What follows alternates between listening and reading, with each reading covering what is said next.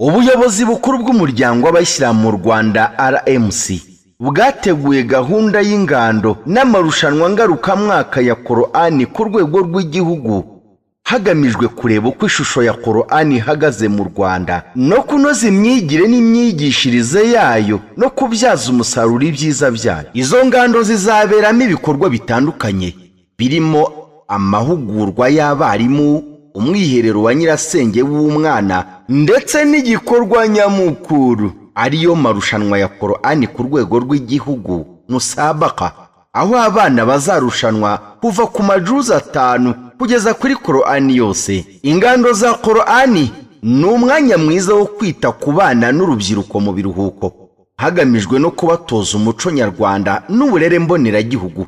Ingando n'amarushanwa by'uyu mwaka bizakirwa mu karere ka Nyanza mu kigo cya Ashakirina n'uguhera ku itariki ya 27 z'ukwezi kwa munani umwaka wa 2025 maze zisozwe ku itariki ya 31 z'ukwezi kwa munani umwaka wa 2025.